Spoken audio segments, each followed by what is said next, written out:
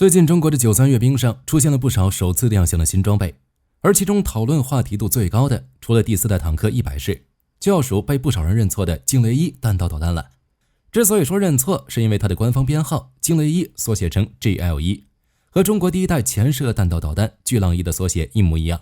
但它却是一枚空射弹道导弹。这枚导弹不但如同官方所说是3位一体核打击的最后一块拼图，也深刻影响了整个西太平洋的战略局势。那今天我们就来一起仔细分析一下这枚导弹，看看它到底有何神奇之处。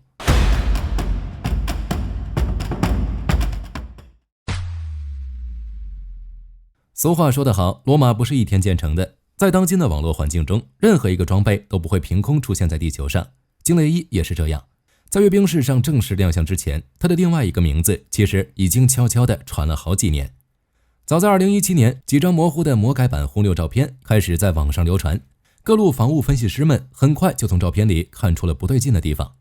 首先，这架新型轰六的机鼻上多了根明晃晃的管子，这玩意儿大家熟啊，空中加油用的嘛。轰六最大的特点就是腿短，增加一个受油管也是合情合理的。但真正让所有人感到惊奇的是，它取消了机腹内置弹舱，原先的弹舱门彻底封闭，取而代之的是一个巨大的半埋式的凹槽。这个凹槽的用途其实是不难推测的，当时就有媒体猜测，这是要挂载东风 2.1D 导弹，实现弹道导弹空射。东风 2.1D 大家可能都听说过，这是世界上第一种专为反舰设计的弹道导弹，长度超过10米，总重超过14吨，也难怪轰六要专门挖个槽来安放它了。五角大楼眉头一皱，发现事情并不简单。根据后来解密的报告，从2016年起，美军就已经监测到了至少5次相关的飞行测试。他们给这个神秘项目起了个听起来很机密，其实很明显的代号 Switch ASX-13， 中国空地试验13号。2年后的2019年，为了庆祝中国建国70周年，北京举行了盛大的阅兵式。编队飞过的轰六 N 证明，这个13号设计并不是实验性质的，而是已经列装或正在列装过程中的正式设计。但问题是，媒体并没有拍到飞过北京的这些轰六 N 几乎挂在预想中的巨大炸弹或导弹。那现在全世界都想知道，机有了，弹在哪里呢？这个问题的答案以一种出乎意料的方式在3年后浮出水面。时间来到2022年10月底，一段在自家阳台拍摄的视频突然出现在了中国的社交媒体上。视频中，一架空军涂装的轰六 N 正在着陆，而在它机腹的半埋式凹槽里，一枚巨大的导弹清晰可见。这可以说是外界第一次如此近距离的、毫无遮挡的看到这枚神秘导弹的真实样貌。它拥有一个独特的双锥体弹头，弹体中部有小型弹翼，尾部也有很明显的控制舵面。从弹体长度和设计上来看，这是一枚具有末段机动突防能力的高速弹道导弹。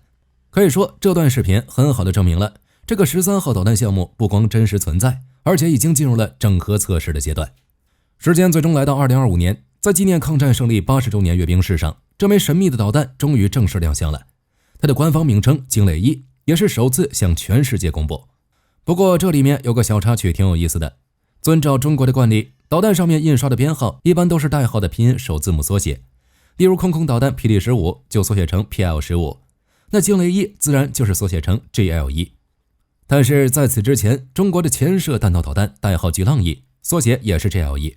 这就导致惊雷1刚刚亮相的时候，许多人都管它叫巨浪1，甚至是斯德哥尔摩和平研究所的武器专家也在一时之间搞错了对象。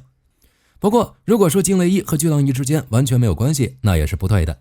从尺寸、外观和情报分析等多个角度，我们都可以基本确定，惊雷1是东风21的空射衍生型，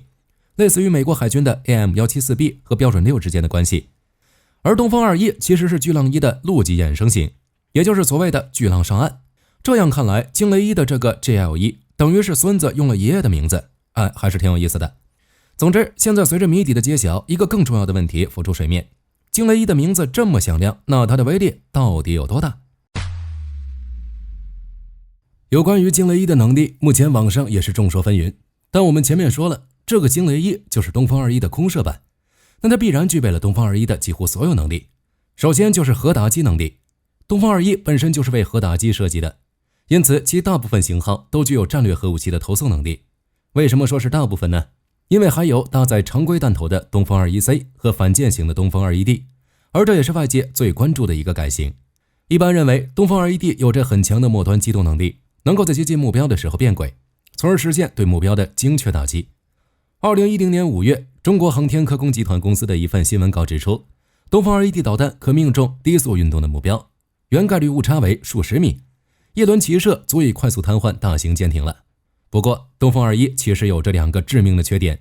一个是腿短，尤其是搭载常规弹头的情况下，载重较重，可能会使其射程进一步压缩。例如2014年，美国新闻周刊杂志爆料，从2007年起，沙特阿拉伯开始采购东风2E。对于此次东风2E贸易，美国中央情报局和沙特军方进行了秘密会谈，并派出专家进行核查。核查结果认为，此批东风2E可重载1吨的常规弹头，但射程较短，只有1700公里。第二个缺点就是它的生存性和发展阵地的局限性。东风2E虽说是机动发射，但它依赖的是大型的运输起数发射车，这些车辆尺寸巨大，需要良好的路况才能机动，而且发射前需要进入预设阵地展开准备。在现代侦察卫星的眼皮底下，这样一支庞大的车队从驶出基地的那一刻起，很有可能被全程跟踪，这不但大大限制了它的战术突然性，也使它自身更容易成为被打击的目标。通过俄乌战场的例子，我们就不难看出，一旦这种发射阵地被发现，用不了几分钟就会有各式无人机、巡航导弹和巡飞弹送货上门。而惊雷1的出现基本上解决了东风2E的这2个痛点。首先，我们先来看腿短的问题。网上盛传一种说法，说惊雷1的射程是在3000到8000公里。这个数怎么来的呢？很简单，东风2E的射程大概是2500公里，加上一个高空投射的能量优势，提供了射程500公里，这就是最小射程3000公里的来历。再加上轰 6K 的航程5000公里，3个加在一起刚好是最大射程8000公里。实际上，我们完全可以把轰 6N 看成一个航程数千公里，并且可以空中加油的助推器。它可以在万米高空以接近音速的速度将导弹托举到临近敌方防空圈的发射点。这个初始的高度和速度为导弹节省了大量从地面起飞、克服稠密大气层所需要消耗的燃料，这些省下来的燃料都可以用在后续的飞行上。其次就是发射方式的灵活性，搭载在轰 6N 上的惊雷1摆脱了对地面道路和发射阵地的依赖，它可以从中国内陆的任何一个机场起飞，在己方战斗机的护航下，从西太平洋上空发动攻击，这就把原先一个相对固定的发射阵地变成了一个全天候立体化的发射阵位。显然在拦截难度和突然性上是上了一个台阶的。好了，现在我们知道了惊雷1的作战模式，那把它放到全世界的武器库里，它又处在一个什么样的水平呢？首先是俄罗斯的匕首高超音速导弹。从上面对惊雷1的叙述中，很多朋友肯定都觉得它俩都是轰炸机带的，速度都也很快，好像是差不多的东西。但实际上它俩的技术路线和战略定位完全不同。匕首本质上是把伊斯坎德尔战术弹道导弹直接搬上了米格31和图 2M3， 它是一枚准弹道导弹，大部分时间都在大气层内飞行，单算弹体的射程也就500公里，属于是近程的战术导弹。而惊雷1则是一枚正儿八经的中程弹道导弹，它的导弹更高，大部分飞行时间都在大气层外，射程也更远，两者完全不在一个量级上。第二个对手，我们来看看美国。目前在空射弹道导弹这个领域，美国是没有现役装备的。但有意思的是，最早搞空射弹道导弹的还就是美国人。在20世纪50年代，洛克希德就和康维尔合作，搞了高处女座项目，逐渐衍生出了 GM87 天空闪电。在坑了英国人一把之后，这个项目就被取消掉了。从那之后的半个多世纪里，美国的武器库里就再也没有出现过空射弹道导弹。虽然他们现在也在搞 AGM-183A 这类的高超音速滑翔武器，但这和弹道导弹是两条不同的技术路线。所以总结下来，我们不难发现，惊雷1在全球的武器序列中占据了一个非常独特和有利的生态位。那它到底该怎么用呢？从我们前面的分析，我们也可以看出，惊雷1和俄罗斯的匕首、美国的 AGM-183 都不太一样，而它所扮演的角色更是完全不同。惊雷1并不是一个进攻性武器，而是一个防守反击武器，主打一个威慑作用。我们前面也提到了，东风 2E D 的射程也就是2000公里多点，能够覆盖日本，但对于驻扎在关岛的美军以及游离在第一岛链外围的航母编队来说就无能为力了。而惊雷1的出现恰恰填补了这个空白。不过这里其实还存在两个问题，第一就是精准度，用弹道导弹打移动中的航母难度其实相当高，这也是在过去很长一段时间里，不论是美国还是苏联都没有考虑过这种技术路线的原因。尤其是苏联，你能想象一个导弹狂热爱好者完全不碰弹道导弹路线吗？但最近几年，人们通过卫星照片发现，在塔克拉玛干沙漠深处建造了不止一个，而是一整套全尺寸高仿真的美国航母战斗群靶标。这些靶标不光有航母，甚至还有阿利伯克级驱逐舰的模型。它们不只是画在地上的白线，而是立体的，能够模拟雷达反射信号的三维实体。最夸张的是，其中一个航母靶标被完整的安装在一条长达数百米的巨型铁轨上，可以由机车牵引，模拟航母在海上的低速移动。此外，根据美国前参谋长联合会议副主席上校约翰·海腾在一次会议上透露的消息，在2020年夏天，解放军进行了一次规模空前的演习。在那次演习中，解放军从中国内陆同时发射多枚反舰弹道导弹，目标是位于南中国海的一艘正在移动中的靶船。好吧，准确度的问题似乎解决了，但说到底，靶子又不会还手。惊雷1如果遇到了反弹道导弹，又会是什么情况呢？熟悉冷战历史的朋友们对美苏导弹争霸的剧本肯定不陌生。为了防御苏联导弹，美国人花费大量的人力物力，打造了数量众多的监视雷达。宙斯盾舰的相当一部分能力也是向防空和导弹防御方面倾斜。理论上，一套完整的宙斯盾系统可以通过发射标准3，在弹道中段，也就是大气层外进行拦截，而当弹头再入大气层后，还可以用标准6进行最后的补救。而惊雷1除了是空射以外，在中段和末段的表现，可以说和东风21这种中程弹道导弹区别不大。因此，从纯技术角度看，拦截并非完全不可能。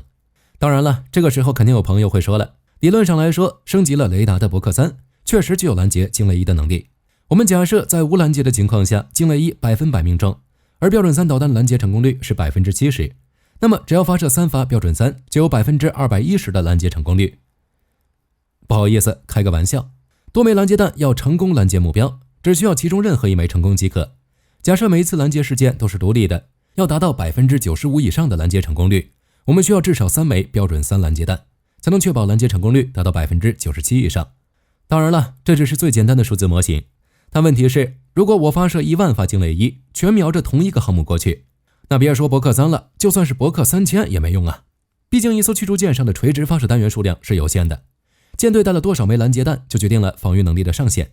因此，饱和式的攻击基本上能压垮任何一个防空体系。一旦攻击方通过多平台、多批次发射了超出拦截弹数量的导弹，那总有一枚导弹会成为漏网之鱼。